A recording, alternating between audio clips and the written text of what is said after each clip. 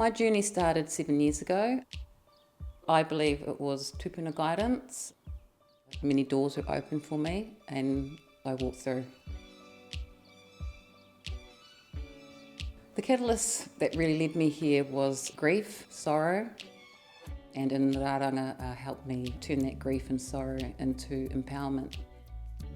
These are huetaha. They are traditionally made preserving gourds, used for storage of things like kereru. They were considered the most prestigious gift to give to a high chieftain.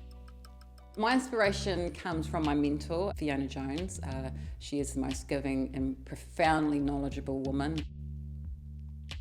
The weaving in this particular taha is the symbolism of a kina, as you can see with the running lines going up. When I was weaving it, that was what was coming to me.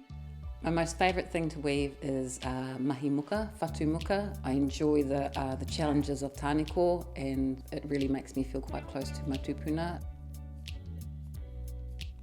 I typically weave 7 days a week, but those hours might range from like 8, 5 or 2. So calculate that, that's like, thousands upon thousands of hours. When I first started weaving, my mentor told me that it was vital to keep this knowledge alive, and by her teaching me, her expectation would be one day I would then teach again. So that has always been my mission, but I had to gather all my knowledge first before I was able to do that. Receiving this award is truly a great honour, and also to be recognised by my peers in this medium and across Tui Māori. It has elevated me to #1 muka status.